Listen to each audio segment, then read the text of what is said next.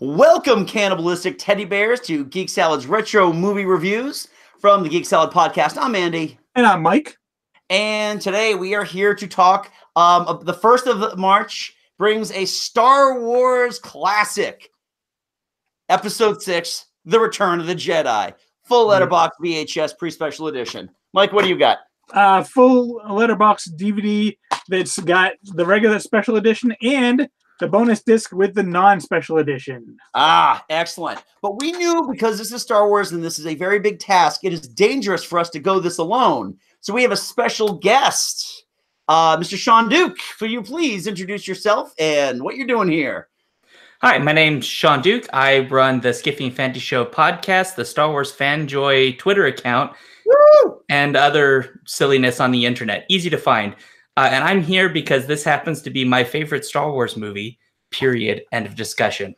Well, it's going to be a fun conversation. Yes, exactly. So I had mentioned last week why we picking the movies that we're picking this month. And this has nothing to do with our personal feelings about the movies. Obviously, Sean has just made it very, very clear that there's just nothing wrong with this movie. But in terms of the grander fan scheme of things, and we all know most fans are idiots, that in every series, there is going to be a movie that is less regarded than the others. Unfortunately, Jedi in the original trilogy does fall, in terms of the regards, third. Not any fault to this movie. I love this movie. It's out there. Mike loves this movie. Sean, you adore this movie. Next week's going to be the more interesting one, where we talk about Attack of the Clones from Outer Space. We're also going to be talking about The Force Awakens, and we're going to be talking about Solo, a Star Wars story. But we wanted to kick this off with a stone cold classic from my youth and Sean's youth and Mike's youth, Return of the Jedi. So, Sean, you're our guest. I'll start with you. When and where was the first time you saw Return of the Jedi? I think I was a VHS tape when I was maybe 8. I don't remember exactly how old I was when I saw this, but all the Star Wars movies I watched when I was a kid, whenever I was sick home from school, this is what I would watch. And I was sick a lot because I'm asthmatic, so I have seen these movies many times. But yeah, so I think I was about 9 or so. VHS tape was probably my first exposure, and then eventually special editions in theater. Okay, excellent. Now, did you this is a weird question. Did you actually own like the store-bought Suncoast VHS cassettes, or did you tape these off like HBO or anything like that? I don't recall what my first set of these were. The ones that I ended up taking with me when I went off to college were the Leonard Maltin editions, which as a kid, I remember distinctly hitting that fast forward button. And as an adult, I now watch it because it's amazing watching Leonard Maltin be a giant dork for 10 straight minutes, because he is a giant dork. Actually. It's these versions here. Leonard Maltin's interviews with a very, very thin George Lucas on these. Yeah, he hadn't discovered that donuts were the way to the soul yet. So his neck waddle was mesmerizing. But yeah, so that's kind of how I think I really got exposed, was just rewatching that stuff over and over and over, and just remembering Leonard Maltin's smile. So they are very, very good interviews when you get back to it. Yeah, he's an absolute dork in them, but it's just like watching him talk about Disney. It's fun just watching somebody who actually takes joy in watching these things. I agree. Yeah, I mean, it's something where you don't get that a lot, where someone is interviewing someone and it is such a well-renowned critic as Leonard Maltin is, but yet he comes at it from this position of like, he actually legitimately loves everything about what he's there to talk about, which you don't always get with critics, where it sometimes feels like they like it, but they really don't sit at home thinking about it. And I feel like Leonard Maltin has been haunted by Star Wars his whole life. Okay, Mike, how about you? What was the first time you saw Return of the Jedi? If I had to guess, I would say they probably did bring me to like the drive-in when I was like 5, but I don't remember it. So I'm probably going to go with 8 or 9, seeing it on VHS over and over and over and over. Okay, so I am a fair deal older than both of you. My dad took me to see every single one of the original trilogy movies. I think I went opening weekend to see this. We waited in a damn line for 3 showings to pass before we actually saw this movie. So yes, I got to see it on the big screen. I did see it again a couple times on the big screen. I also saw it again when it came out on the special edition. Just like you guys, that was my sick day VHS, but I had them all recorded on one long play VHS. I had all 3 movies. Nice.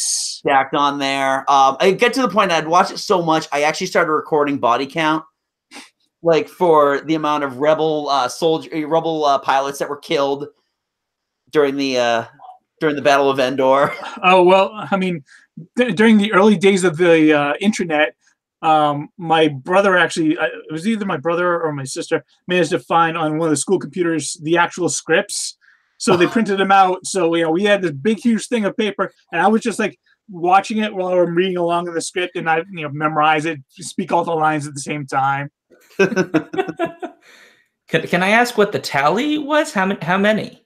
All right, that was over 30 years ago, so I don't remember. The other thing too is that I'm sure that there were a lot of off-camera pilots being blown up.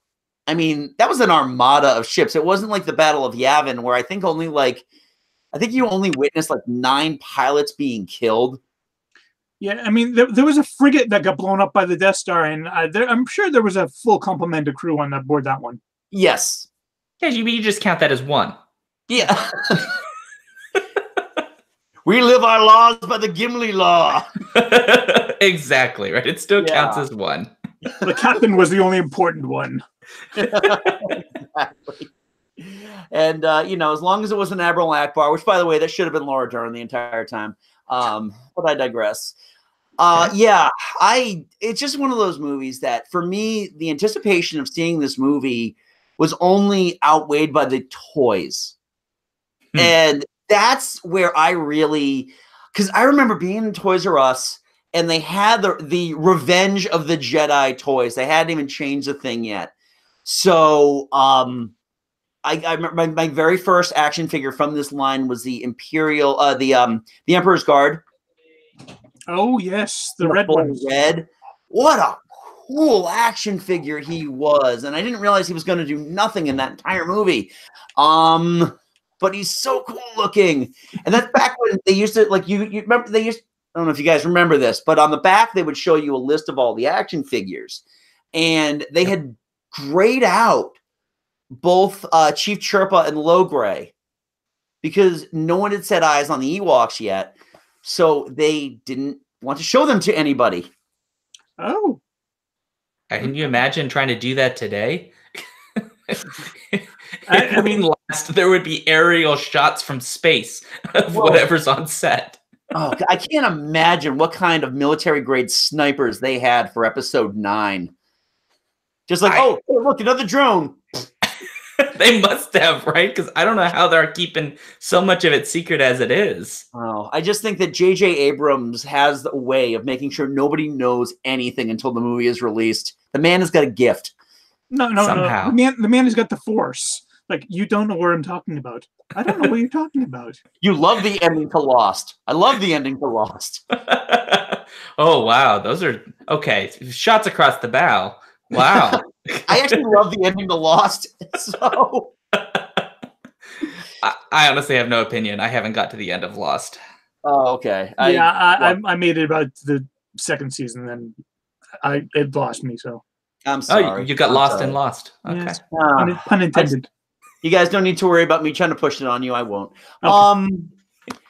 But yeah, no, the action figures are really cool. And what's interesting is there was a takedown of the Return of the Jedi. Can't keep calling it Jedi. It used to be so easy. There was a thing on the website Retro Blasting about the action figure allotment and how most of them didn't have guns. They had sticks. Because the majority of the action figures were from Jabba's palace. Oh, interesting. think about it. Most of them had axes or they had sticks. And then some of the other characters, like General Madine, Admiral Akbar, they didn't have guns. They came with sticks. I mean, all of the Ewoks had bows or sticks. Sticks. No, I don't even think they had bows. They had sticks. Oh. Every single one of them had sticks. For the action figures. Interesting. Yeah. Right. That's weirdly sort of low tech compared to previous iterations where you had blasters. I honestly would love to see that one Ewok at the end during the celebration where he's doing this and he's got a stormtrooper blaster. And he's, I would love to see him double fist that thing and just that would definitely be a moment, and sadly we probably will never see Ewoks ever again. Yeah, no. Hey, here's an interesting piece of trivia, Sean. I don't know if you know this or not. The word Ewok is never mentioned at all in Return of the Jedi. You are correct. I had forgotten that fun little factoid, and it is weird that it's not ever mentioned. What's interesting too is that they were you know the story. They were supposed to be Wookiees. They were supposed to go to Kashyyyk, right? And they changed it because it's easier to find dwarves than it is to find giants, because we live in this wonderful fantasy land. And so they just flip the letters. It's walk walk. There we go. It works. It works as a better metaphor. Although I will admit that seeing them go back to the Ewoks in the Clone Trilogy is really interesting because we get essentially what Lucas would have wanted this movie to be, with the huge Ewok battle in, I think, Attack of the Clones is the Wookiee battle. Revenge of the Sith. Yeah, Revenge of the Sith. That's right. Yeah. Wookiee battle. You said Ewok battle. I meant Wookiee battle. Sorry, look, I can't keep them straight. They're basically the same thing. Just one's tall. Right, exactly. The other one, you just want to burrow your face in his belly. He's so cute. Before he eats you. Oh yeah, I wouldn't do that. No, they bite. Yeah, exactly. What's weird is they bite and they clearly eat other people, but they don't ever show us them having pointed teeth. They just have huge old whatever you call those big old front teeth. They just something out of a 60s sitcom, like little kids. Right. Yeah, they've got they definitely have flat teeth. They don't have claws because if you look at their hands, and there are some close-ups of their hands, they've got nicely manicured, not nails. Right. So we're talking a lot about how the Ewoks manage to kill and eat human beings. I just imagine they have a lot of sharp rocks that they use just to. They get those chunks very, very small. They probably have a butcher. His job is, we found a bipedal animal, we must butcher it, and that's his job. He's this special butcher with these little knives. And an apron. I would just love to see an Ewok that was just shaved arms with a tattoo on it and just this bloody apron. What do we have here today? Human. Chihuahua. With a tape measure going But yeah, it's weird too because there is no other there's no other type of animals or any other type of life forms that you see on the fourth moon of Endor, other than the dead one that they used to lure Chewbacca with. Yeah, you hear some sound effects of creatures, but nothing to suggest that there is much more than maybe birds. Right. Well, unless you watch the Ewok movies, then there's tons of animals and creatures all over them. And they'll all kill you. Yes. Yeah. They even have a giant, as I recall. Mm-hmm. And he would have come handy in that Imperial battle, wouldn't he have? Can you imagine that conversation afterwards? Leia gets back and is what do you mean they had giants? You mean we could have brought them to the battle? Wait, what's this about a witch that can turn into a bird? What the hell? Yeah, what? They didn't even bring their A game. Exactly. Now we don't feel so bad that all the debris and fallout from the Death Star landed horribly on their moon. Oh, poor little Ewoks. That is the weirdest part of the science of Star Wars is that if you think about it, that moon is pretty much, they had to hightail it all of that moon before all of that Death Star debris entered the atmosphere. Well, yeah. Actually, if you play the story mode of Star Wars Battlefront 2, you learn more about that. Okay, it's still. I was playing that. I managed to get past that level, and it just is floating in space. It's just debris. Well, yeah, I'm sure they burn up in the atmosphere.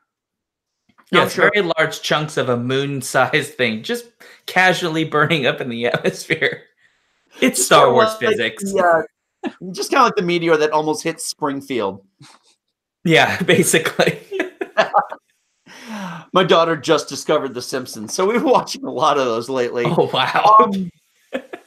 So, all right, so let's kind of break the movie up a little bit into the three general acts of the movie: the opening act, middle act, finale. Jabba's palace is in and of itself its own two-part of the series, if you will. It's so divorced from the rest of the movie, and obviously it was there to tie up loose ends from Empire. Sean? I'll start with you, man. What are your thoughts on the Jabba scenes? What do you love about those Jabba scenes? I think the part that I like about it the most is because it is picking up and finishing out threads, it actually takes the time to really do that. It doesn't just sort of easily have the characters just show up and they just like, Jabba, like it gave him like 5 whatever Jabba bucks or whatever they give him, right? And then he's like, oh, that's all right, yeah, you can have him. And then they go home and that whole sequence is like 3.5 minutes. It's actually like all of the characters involved in it, right? Their lives are actually in some degree of danger because they really have to navigate this messy situation, right, which I appreciate from a narrative perspective, because I feel like sometimes, concluding films just sort of like either they don't think about where the movie's going to end, or they just don't want to actually deal with like having a half-hour long section to deal with a problem. They just kind of gently push it to the side instead of really thinking about how to resolve it. So that's the part I love about it the most. Okay, I believe that what you're mentioning there is Matrix Revolutions syndrome. That's not where I was going, but that is a great point. Yes. Yeah.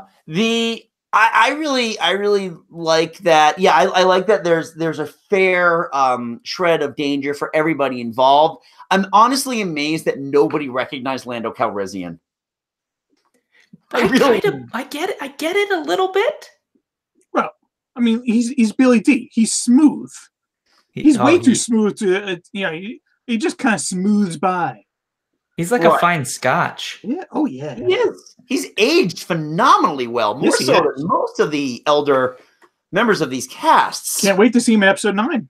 I can't either. But then again, I can't wait to see episode 9. That's we gotta wait. We do have to wait though. Sorry, guys. I know. Christmas can't come early enough. No, it's not fair. Well, some of us on this call will be able to go to Galaxy's Edge this summer, right, Mike? Yeah, maybe. When is that open? It's in Florida, it's opening in like November, December, but in California, it's opening in June. And guess who's going to be there for D23 in August? I hate you. He's got 2 thumbs, and he's this guy. I just want you to imagine that scene after Anakin's got all his bits caught up, and he's all like burnt, and he looks up at you and goes, "I hate you." That's me right now. Oh. And I will be one, and I have the high ground. You're true. Yeah, Sean, the sad irony of this whole thing is, again, I want to show off the Star Wars spread here. I'm going to Disney World in May. I'm getting none of this. Oh my gosh, you're so screwed. I'm so sorry. You know what? It had to do with the planning, and we didn't have a date, and we can't go in November or December. So when they open it in the East Coast. If you think about it, at least you're going to get giant blue people. That's true. I will. Jumbo Smurfs. You can just pretend it's part of the Star Wars universe. It's almost like it would be. Yay. It's Avatar. Yay. Sorry. We got a far field, I guess. Yeah, no, but I will say though, and then we'll get back to talking about this movie. I will be in Disney Hollywood Studios on May the 4th be with you. So, it's still cool. I've been there. Yeah, I felt so goddamn clever when I'm looking at our thing and I'm like, oh my God, we're gonna be there on the 4th. And my wife looks at me like, the 4th, and I'm like, yes, May the 4th be with you. I got my T-shirt. May the 4th, 2015. Nice. I genuinely want to meet and greet with Boba Fett, because if you can't tell from all of my Boba Fett stuff, he's one of my spirit animals. He is a fun character, and of course, in Return of the Jedi. Yes, between his so embarrassing death and the one special edition thing where they shoehorn him in because he does have game. They at least gave him that. They gave him the dignity of being able to hit on dancers. Yeah. Silently, though. He doesn't. I don't recall that he speaks. He just sort of like looks through his helmet, and they go, "Yeah, okay, all right, yeah, I'm into it." That was a special edition in general, though, with the exception of the stuff in Empire Strikes Back and the stuff on the sail barge, where it's just like he just walks in like, "I'm here," and then just. Although I will give him, it's a pretty badass nod when like nod of respect to Bush or Leia as Bush when she closes the thermal detonator. He's like, that was cool. Yeah. Good call. It's interesting as a character because I know, like right now, that I don't know if we're ever going to get a Boba Fett movie, but we keep going back and forth about the talk about it. But there's all these people talking about like, why Boba Fett?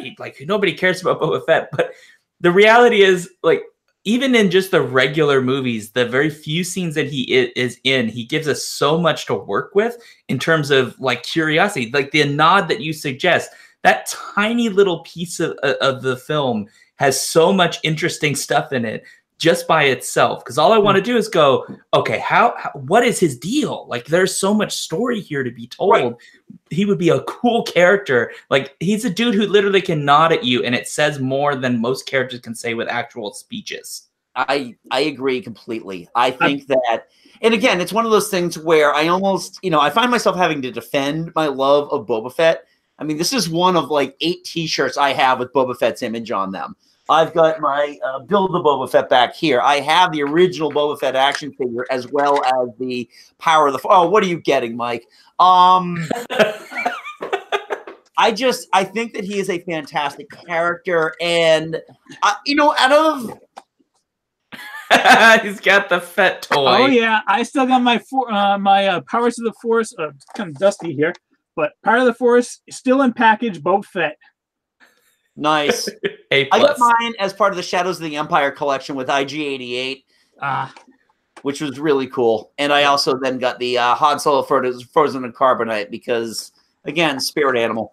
Yeah, Boba Fett's one of those characters, and I've been kind of one of those guys that I want to see if they're going to do the Star Wars stories. I want something after Return of the Jedi. I want something after the Battle of Endor. But I would not mind at all seeing a full Boba Fett movie. I mean, you could do it as have it be like, how did Boba Fett survive, and then give us post-return Boba Fett, which could be interesting. I agree. What I think they may do. I mean, they are coming out with the Mandalorian series on Disney Plus. True. I would be cool with them having like Boba Fett, but like maybe like Boba Fett, he did escape from the Sarlacc, but then he like kind of just retires or something and passes on the armor, and then someone else becomes the new Boba Fett. Boba Fett's more like a title, like more like James Bond. Okay. Can Idris Elba be the new one then? Sure. Okay, thank God, because Idris Elba needs to be in this universe. Dude, he definitely does. Imagine his voice coming out of Boba Fett. Oh my gosh, I am imagining it, and I might need a nap after this. Excuse myself for like 2-3 minutes. I'll be right back. So yeah, I just and this is an interesting thing about the Jabba Palace scenes, and this is the magic of widescreen video. As longtime viewers of our show know, I used to manage a Suncoast Motion Picture Company. And I was a diehard widescreen evangelist. You are not walking into my store and telling me you want pan and scan because you're losing half the picture. Going back this weekend and watching Return of the Jedi in full widescreen, there are so many characters just on the left and the right sides of the screen that you miss if you grew up with that pan and scan video. And like Dengar, Dengar is in those scenes. He's the one standing right above where when Luke drops down the Rancor pit. You see his back, and you actually see him moving towards to look down. Was that Dengar? That was Dengar.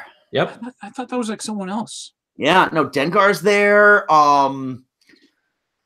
There's a few other characters there. There's that, I don't know the name of the species, but there's this dog-faced kind of alien that in the original Marvel Comics story of Star Wars was the stand-in for Jabba the Hutt.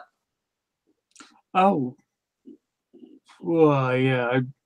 I forgot to. Head, like these white long whiskers. Yeah, I can picture him. I can't name him. Yeah, I don't know what the thing is. But yeah, I mean, Sean's right about this. It actually takes the time to deliver Han. Han, I don't think appears until 20 minutes into the movie, 25 minutes into the movie. Before they finally rescue him. And that's because of this intricately laid plan. Princess Leia as Bausch, which for a time she was my most prized action figure because she had the removable helmet. Yeah. That was pretty cool. That outfit. I love that outfit. I just, there's so much about the Jabba scene that's really cool. I'm sorry, Sean, I really hate the special edition song that they jackhammered in there. Oh no, I hate it too.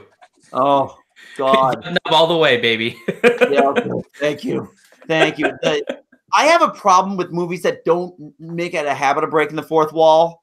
Breaking the fourth wall and the Yowza or whatever that thing was with the saliva in his mouth as he's, doing that to you, the audience. Oh boy, I really, really hated that.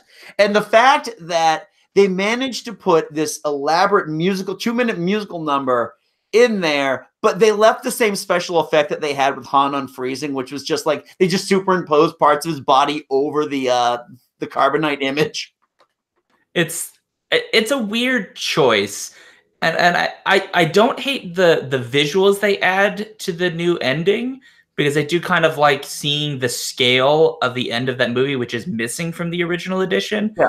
But just keep Yup Nub. It makes no sense to me to change the song, because the song seems to me to be integral to the fight, which is the sort of thematic of the entire movie, which is they use these tiny, seemingly insignificant creatures as part of a rebellious fight against the Empire. That's so central. And then to wipe them out of it is sort of like, yeah, like you have a cool language, but we don't care about you anymore. We're going to sing our weird, like, la, la, la, la, la, la, la song or whatever. Which is weird because there were people in the background of Jedi clapping along. Billy D is one of them. Not to the beat. Look weird when there's no drums. There's no drums in that. And he's just like, but he's Billy D. Yeah, he still looks hot doing it. Yeah, he does.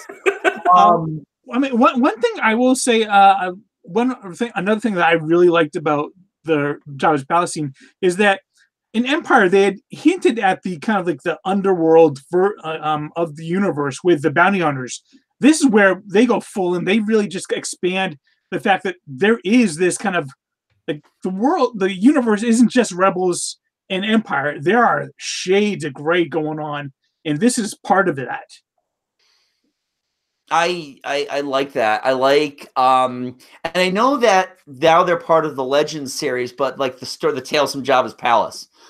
And a lot of those characters, I'd love to see little sub stories about some of those characters. I'd love to see what the deal is with Squidface or Reese or really any of them.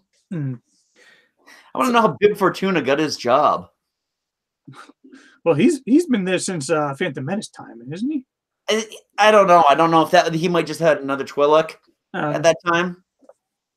Yeah, it's hard to know, and I'm not as on the up and up with the new universe in terms of the external materials just yet. So mostly because it's kind of hard to keep up. There's a lot going on, and we're all very, very busy. So, yeah. By the way, that species, I think is sometimes referred to as yak face or silt moray. Might be the species you're thinking of. The Rees was the three-eyed creature. There was a character in Jabba's palace called Yak Face. By the way, the most expensive original series Star Wars action figure, apparently, on the collector's market. Because he's so rare. He is so rare. I thought it was Blue Snaggletooth. That's a different thing entirely. That was Blue Snaggletooth was and I'm kicking myself. I had Blue Snaggletooth, but yeah, I think that Yak Face is actually sells for more. Wow, that's insane. Oh yeah, but I don't feel like doing that right now. So you get out of Jabba's palace. You got the sail barge scene. I love that. Even that scene isn't like super chop-socky. You can actually tell what's going on. It's not like a Michael Bay movie where there's like 15 things going on at once and you're expected to see all 15 things at the same time. Yeah. I love the fact that even though she's in a metal bikini and she's chained to Jabba's palace, Princess Leia is still a massive badass who managed to kill Jabba with just a chain. Right. That is... She's not a damsel in distress. She's part of the solution. Right. Exactly. And that's the coolest thing about... Carrie Fisher in general was just friggin' awesome. But that she actually played a hand in this other than all you need to do is get in there and free Han. I will take care of the rest. Because she manages to take out Jabba. It's her. It's her that helps Luke blow up the sail barge. I still would have thought it would have been funny though if just for laughs and hey, just for that little light bit of betrayal that Han did shoot Lando like in the calf or something before finally shooting thing like, oh, sorry about that. I'm just wondering how often Han asked Leia to break out the metal bikini when they were married. I don't think it's happened because so far all the books I've read that have to do with them, they only mention it when other groups of people bring it up to Leia in ways that don't have anything to do with the bikini itself. Mostly to do with the murdering of Jabba, which... To be fair, I haven't read all of the stuff that's Leia-centered in the universe, but as far as I know, they have not talked about it, which seems like an odd thing because for sure you'd think a married couple would have a conversation about the metal bikini. Exactly. It's somewhere on the Falcon at the very least. I don't think they brought a change of clothes on like that one desert skiff that she changed into. She just threw that out into the desert or something. That's on the Falcon somewhere. Or she chucked it out the airlock. It's also possible and said, we will not talk about this again in that voice that she can so well do. Which Han would, he'd think about it, but he wouldn't dare. Oh, exactly. You got to think it too. It's got to be reasonably traumatic for her too, to have to be put through that, especially because Jabba is, oh God, there's that bit where he's like, soon you'll appreciate me. And he like sticks out that big tongue and licks her, and C-3PO is so dainty he can't watch. It's just I can't imagine what that is, and that's got to be the traumatic part. Probably why they don't bring it up. It is her literally and figuratively being dressed down. Yeah, from being a general and a princess to now being a slave. Well, hey. Again, she turned the tables pretty handily.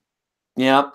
I'll also admit that I was 11 years old when that movie came out, so I'm going to say ushered into manhood. But oh goodness, yeah, it was the early '80s were rough for kids like me. So yeah, it's so much fun to watch that because again, they take their time and there are documentaries that you can watch about this and.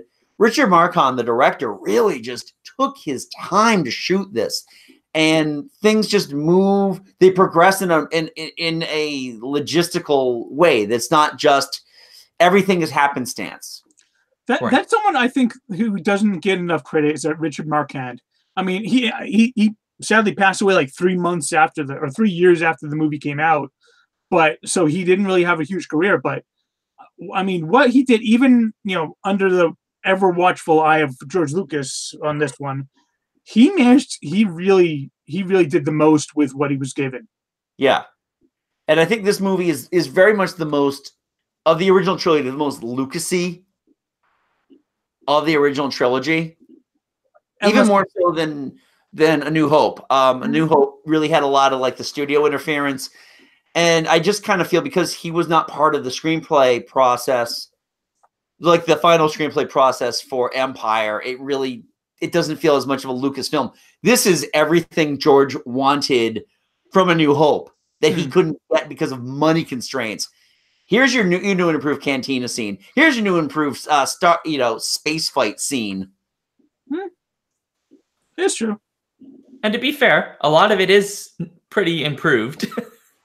By comparison, exactly. And that's kind of one of the things about the character of this movie that I like is that it's definitely an extra scoop of ice cream for Star Wars fans in those aspects, in the stuff that we loved in A New Hope, but George didn't like. So it was kind of nice to get like extra little helpings of that. I ate a while ago. I don't know why I'm bringing up food. Now I'm hungry, thanks. Oh, I'm sorry. You're an hour behind us, too. Oh, dear. I've already eaten, so I shouldn't be hungry. But we've been talking about cannibalizing, human beings as little teddy bears, and now you've got this other... Oh, it's just not fair. I'm sorry. Yeah. I want to eat some human. Go find one. Good night, everybody. We'll be back next week. We'll see how Sean made that work.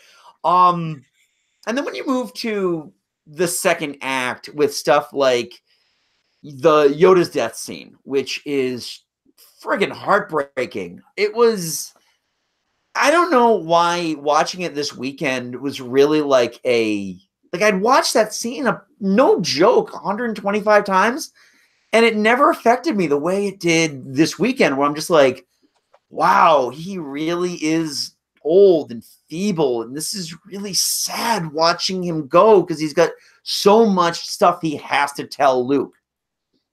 And he really fights at the very, very end just to let him know that there is another Skywalker out there. And I was just like, I'm watching that with my kids, and I'm just like, ooh. Well, I think, honestly, as much as we rat on the prequels, the fact that we do see Yoda at his peak, and then see him gradually until Return of the Jedi, where he's given it all, and just seeing him tired and no longer he doesn't have anything left to give. He's ready to finally rest. Seeing just Yoda's story come to a close like that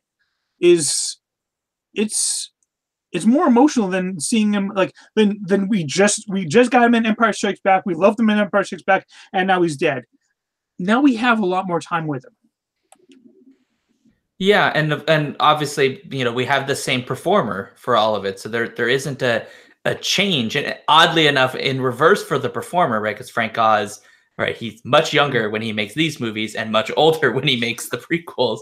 Yeah, and yet somehow makes that continuity in terms of the voice. Like Yoda sounds younger in the prequels, and then in Empire, he sounds a little bit older but playful old, and then he becomes, like you were describing, right, frail, weak. He sounds like he's dying. And I think a lot of that scene has that emotional impact solely on the performance. This is the thing that drives me nuts about the way like the Oscars and all those places work, is they still haven't caught on to the fact that all of these different methods of performance, right? It doesn't have to require the actual person doing the sound of the voice being on screen, right? And so we're in this like weird world where like Andy Serkis is doing like Frank Oz level performances, but he's just being ignored. And I think Frank Oz is in the same territory. Like he doesn't, I think in the Star Wars world, he gets all the credit because everybody loves him as Yoda.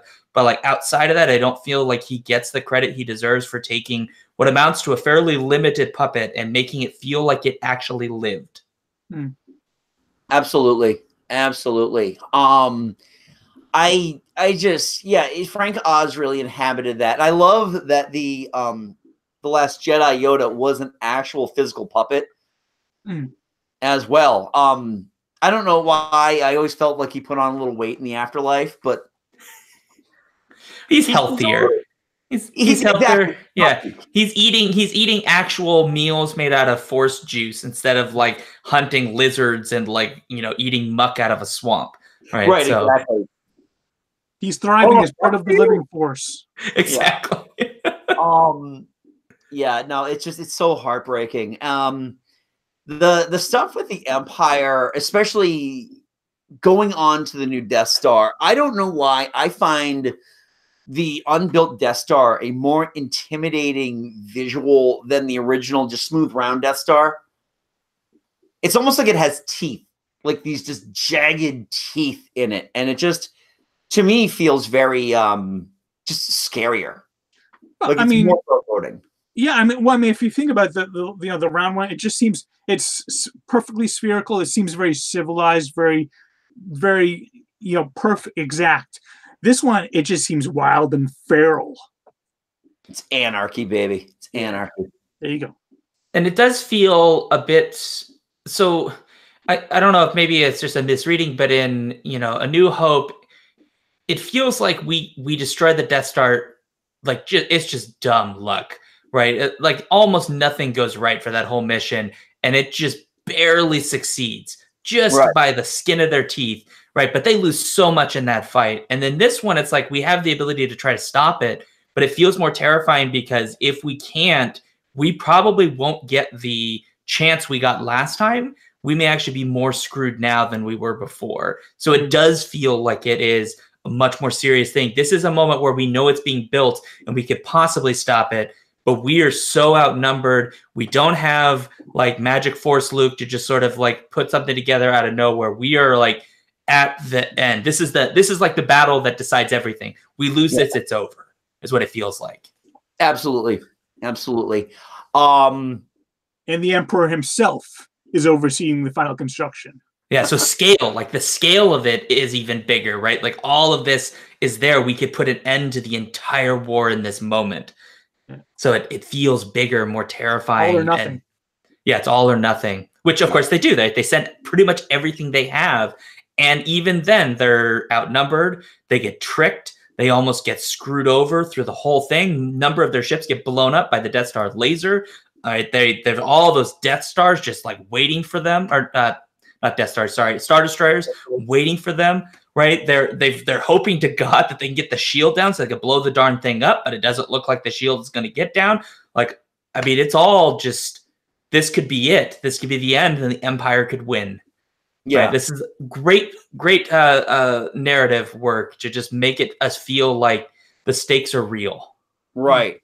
There was one thing in the. Did you ever read the novelization? Either of you? I did not. Okay. In the novelization of Return of the Jedi, they actually begin to turn the weapon on the moon. Oh. And that right there would have been, and just to build up the ramp up the tension even more, because what makes the episode 4 trench run feel that much more epic is the fact that they are racing literally with seconds left on the clock. Now, compound everything. You put all your chips on the table. You're all in on this. You're watching ships just get picked off left and right. You're losing your big ships.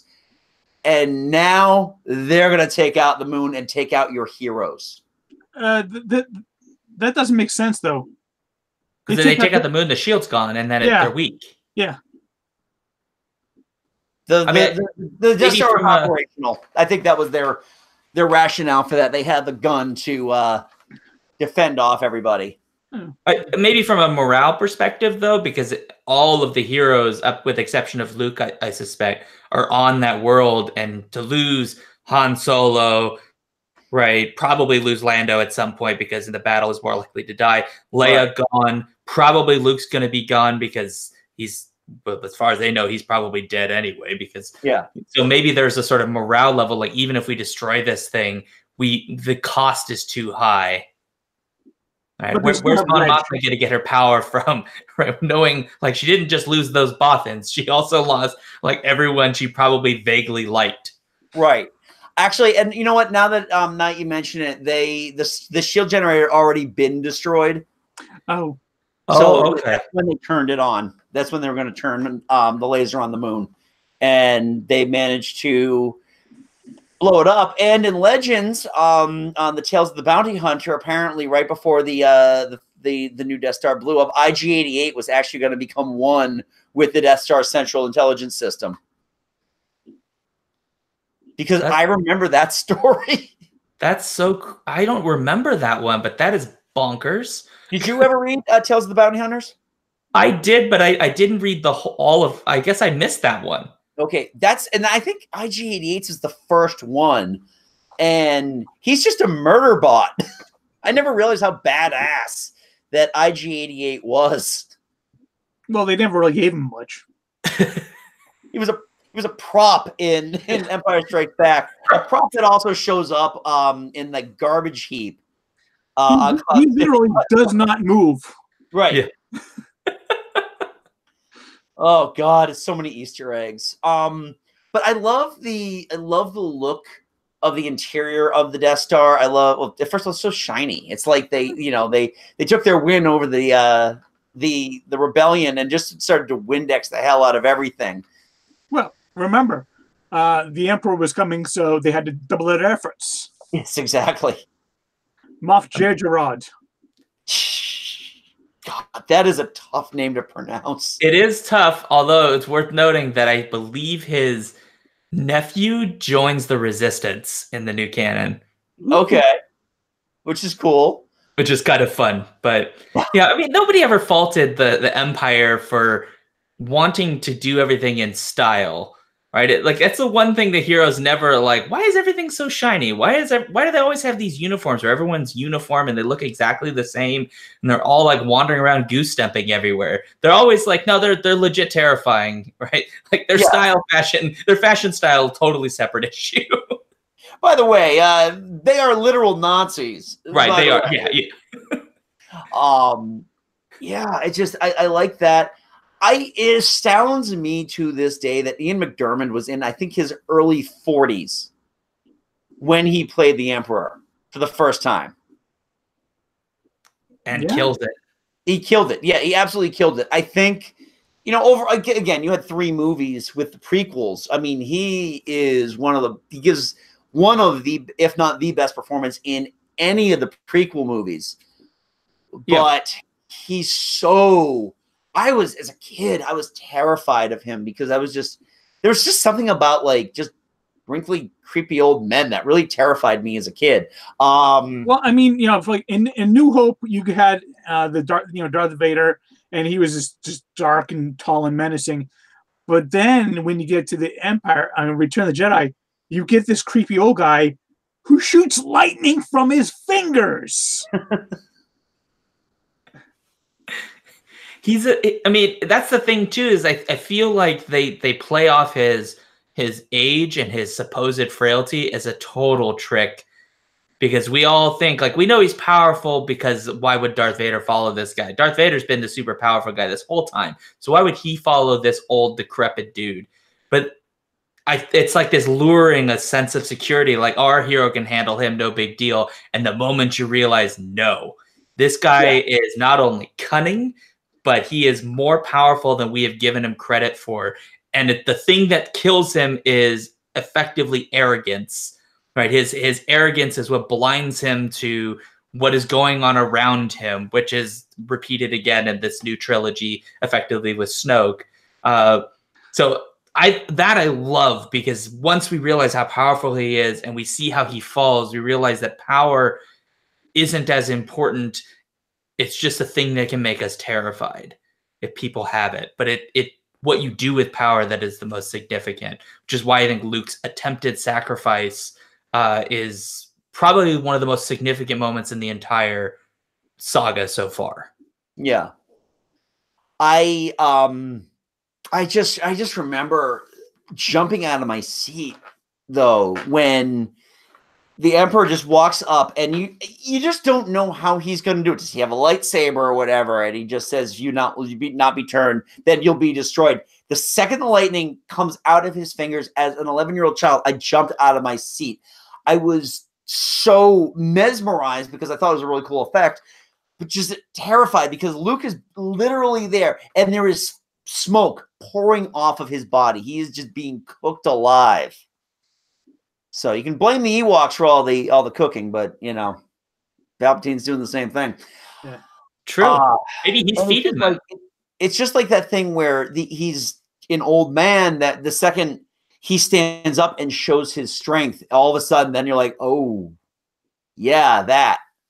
I mean, and just like just all of his dialogue is just menace. Like now, young Skywalker, you will die. It's just, he says it and you believe it. Well, it's a very subtle tick that he does as in his acting, where he says you will die, and he's got that little chuckle and then his smile melts. Oh yeah. Yeah. And that is when you take a bathroom break because you just emptied your pants because it's so terrifying. But the thing with Vader just finally taking his cue that he's been on the wrong side the entire time and he can do this one thing right.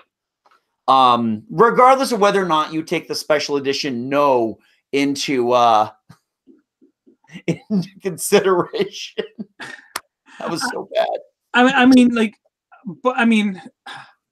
But this is a payoff that if you have say you started with the Phantom Menace and you watched all the way, you watched the Clone Wars, you watched Star Wars Rebels. This is the big payoff because Star Wars Rebels, he had that face off against Ahsoka. Ahsoka was trying to do exactly the same thing that Luke is trying to do, and she failed because she didn't have that. She didn't have the blood connection that Luke does. Luke is the one thing that Vader cared for more than power, more than himself. Right. It was the one good thing he did. Yeah. Yeah. And I think on that front, it's really important that, because a lot of times what we get with these kinds of stories is someone does a lot of horrible things and then we redeem him in the end by some very minor act of goodness. And we're supposed to forget about all those horrible things they did. But Vader dies, right? And his final words to his son are not forgive me, right? I did all those bad things, but I'm good now. Everything's fine, right? Let's hug it out and then I'll slowly die. It's more tell your sister that she was right about me and tell her she was right. And then he dies, right? And his final request in his death is just to see his son's face with his own eyes. And he dies. And I think his death is crucial because it allows us to get closure that he gets what he effectively deserves, which is he does not deserve to continue to live in this universe, but he does get some form of redemption by saving a hero. Right. Exactly. And he does get that awesome Jedi afterlife afterwards. He does, yes. And younger, too, apparently. Well, yeah, because he gets to go back to being sexy Hayden Christensen. Depends, your level of sexy. I don't know. The stare over the eyebrows thing is just not doing it for me. Well, to be fair, no game whatsoever, right? Apparently thinks talking about how sand is coarse is sexy, which, let's be real, has never worked on a woman in the history of mankind. It doesn't work on any sentient creature, right? Maybe works on a pillow, but but I feel in the afterlife, you get a seminar training and how to talk to girls, right? And you get a little bit of, training, well, maybe not because they do they have girlfriends in the afterlife? Do they need them? Oh, I what don't do know. Force Ghosts do? Fulfillment. It's oh my god, yeah. Okay, so we've gone off this rail now. Awesome. Just trying to bring us back into the story. Can we talk about speaking of how awesome Richard Marquand handled this third act? My favorite sequences, my favorite big battle scene in any movie ever is the 3 set battle of the moon of Endor, the space battle, and the lightsaber battle. Yes. The jumping back and forth is it is pure masterpiece. And it works. And it's very competent editing that finds the right beat to switch to the next thing. Yes. And like between all three of those scenes. And just that space battle, man. It's good. There are some special effects in Jedi that have not aged particularly well. The scene, the two-shot scene from the POV from the cockpit of the Falcon with all the TIE fighters coming in, and then the cut to it flying through that are two of the most masterful pieces of model work I have ever seen. That is all. Those are all practical effects done with models.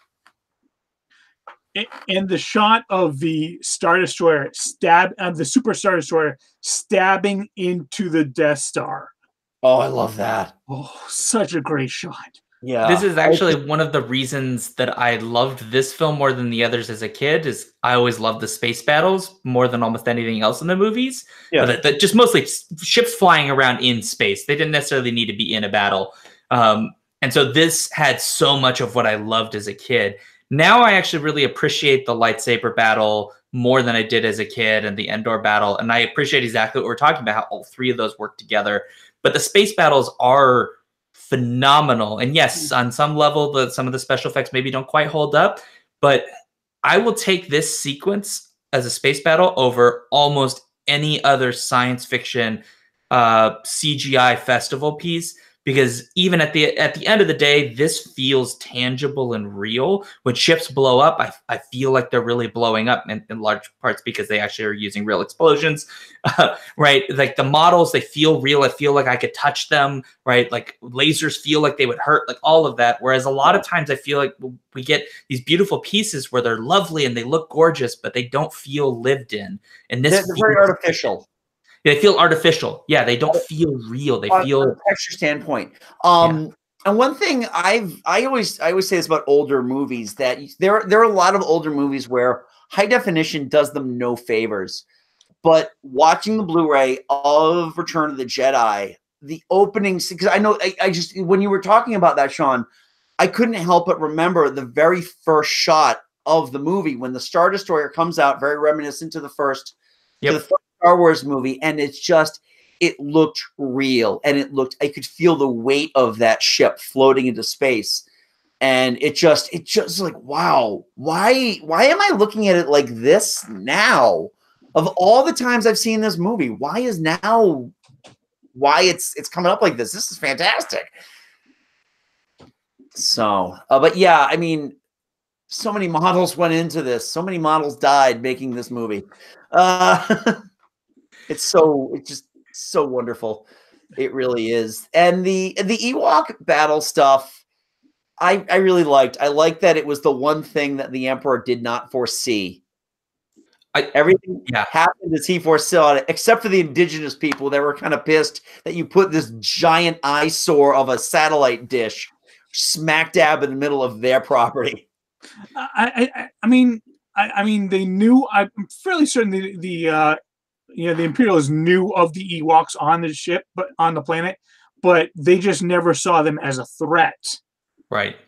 Because they were indigenous, they were inferior, they only had spears and sticks and bows. You know, what damage could they do? But you hit a stormtrooper helmet hard enough with a big rock, it'll break. Right. Because that armor is useless. It's not very good.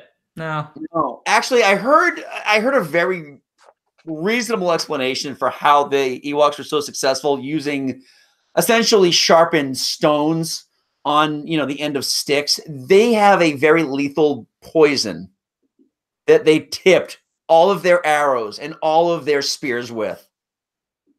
Oh, it just makes them even more savage. It just makes sense. I mean, there's a lot of entry points in a stormtrooper's armor to begin with.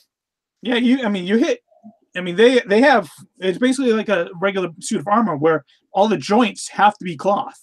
Right. or in this case, whatever the body, you know, that temperature resistant body glove that they put on there. But yeah, you get them here, you're killing them. Yeah.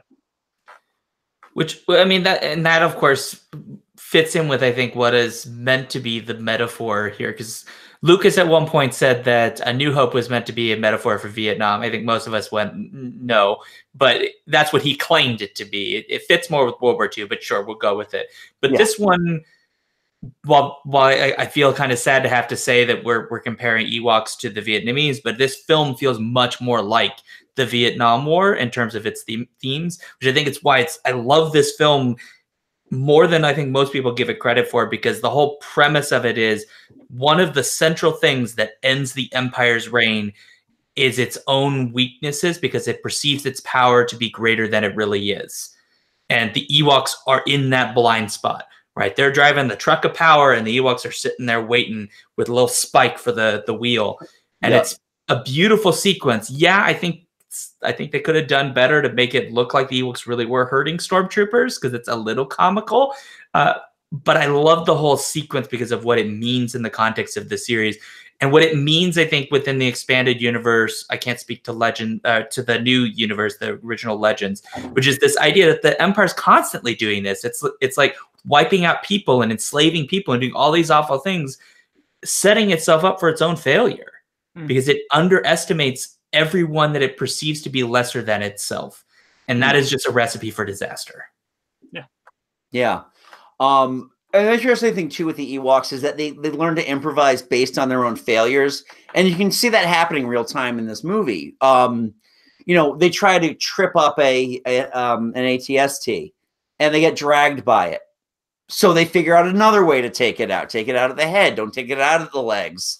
Or if you're going to take it out of the legs, roll a bunch of logs under there. So their ability to improvise solutions, you know, again, an oppressed people will find a way to rise up, and they just happen to have a lot of logs laying around to take one of those things out. But it works. It really, really works. That you can see that they found the blind spot, as you mentioned, and they capitalized on that. Oh, lovely Ewoks. I love them. Yeah. I really truly don't have an issue with Ewoks. Again, I'm from the generation that saw Star Wars originally in the theater, so I should be one of those guys that's just like, the Ewoks are kid stuff. The more I think about them, I mean, there's certain things that I laugh at. A friend of mine had brought up at one point that you realize that the Ewoks are a very, very tribal community. They probably gave little Papalu the rights of manhood, where he had to go out and like kill 3 animals and then go through the castration process. And, you know, he was going to eat Han Solo, and now they're like, hey, good job. And they're patting him on his head like he's a dog. So honestly, the only thing that kind of throws me off with the Ewoks is when Leia first encounters Wicket, it's just like, oh, you're there. Fine. Hold on. I gotta fix my hair or something. Dude, you get this small little furry creature with a spear, and you just pretty much acting as if it's a normal everyday thing. Well, I think she underestimated it. Yeah, he's got a little spear, and he might poke her with it, but I don't think she treated him as much of a threat. I found it more weird that she referred to her helmet as a hat. I mean, I think it's fair, right? That you're probably right. She underestimates them like the Empire. The difference is that the Empire underestimates and then shoots or totally ignores. She underestimates, but like, I want to try to reason, right? Which I think works out better for her than it does for her friends who almost get eaten. But still, right? There's an attempt to, we're not going to just bowl over you or ignore your existence. We're going to communicate with you in the hopes that we can come to some sort of mutual situation, as it were. Well, I think also for her, she showed Wicket a sign of kindness. She gave him food. And she kind of knew the whole, you know, I eat it first, then I give it to you, and you can eat it. And I seriously doubt that any Ewok that encountered Imperial Trooper saw any semblance of that kindness. So that's why he brought her back to the village to keep her safe because, she fed him. So now he understands that she's okay and maybe could use his help. Yeah, we're going to feed you. These guys over there. Yes. Well, he's delicious. Perhaps to some level too, a lot of the times when they're meeting the Imperials, they're meeting them in full armor. Mm-hmm. And true. They're faceless. They don't look like us, little Ewok creatures. She sort of vaguely looks like us. She's shaved for some reason. She's missing some hair. She's got a weird headpiece, right? But she's vaguely like us, sorta. So, right. Yeah. I don't know. There's like a weird bit of reasoning there. Okay, on the grand scale of awesome stormtrooper armor, where would you put the speeder bike troopers?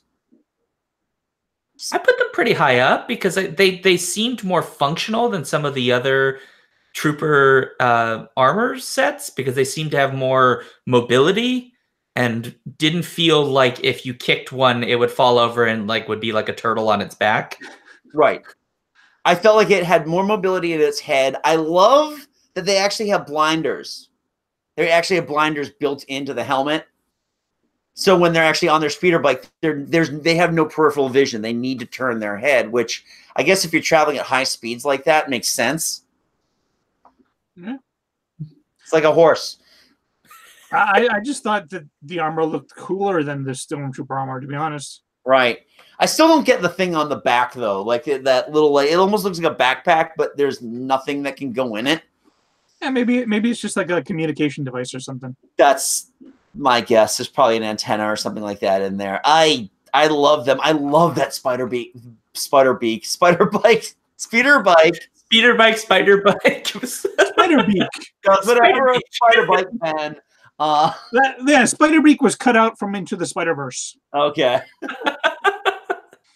I love that scene. It's just, with having watched as many movies as I have, yes, I can tell that it was shot on blue screen. I don't think they were doing green screen back then, but it looks so good. And it's a testament to the editing of going from long to close to tracking shots to make it feel more immersive, to make it feel real. And I will say, even more so than the battle on the sail barge, Luke deflecting those blasts and then chopping off the front, that was more badass than he's ever been. Yeah. Yeah, it's a really cool sequence. Yeah, I really enjoy that. Overall, I wish I had better access to the original cut over the special edition. Out of all three of the movies, this is the one that needed any type of treatment the least. But going back this weekend, and Sean, I have to thank you for this because I could tell in our conversation how much you love this movie. I went back and I actually started to watch this movie again with the same excitement that I had when I was 11 years old. And it was interesting for me because I started watching it. I was talking to you about this. I was watching it with my son, and then my daughter comes down around the time that Luke gets his lightsaber, and she's like, "Can we start this over again so I can watch?" And I'm just, yes, let's do that.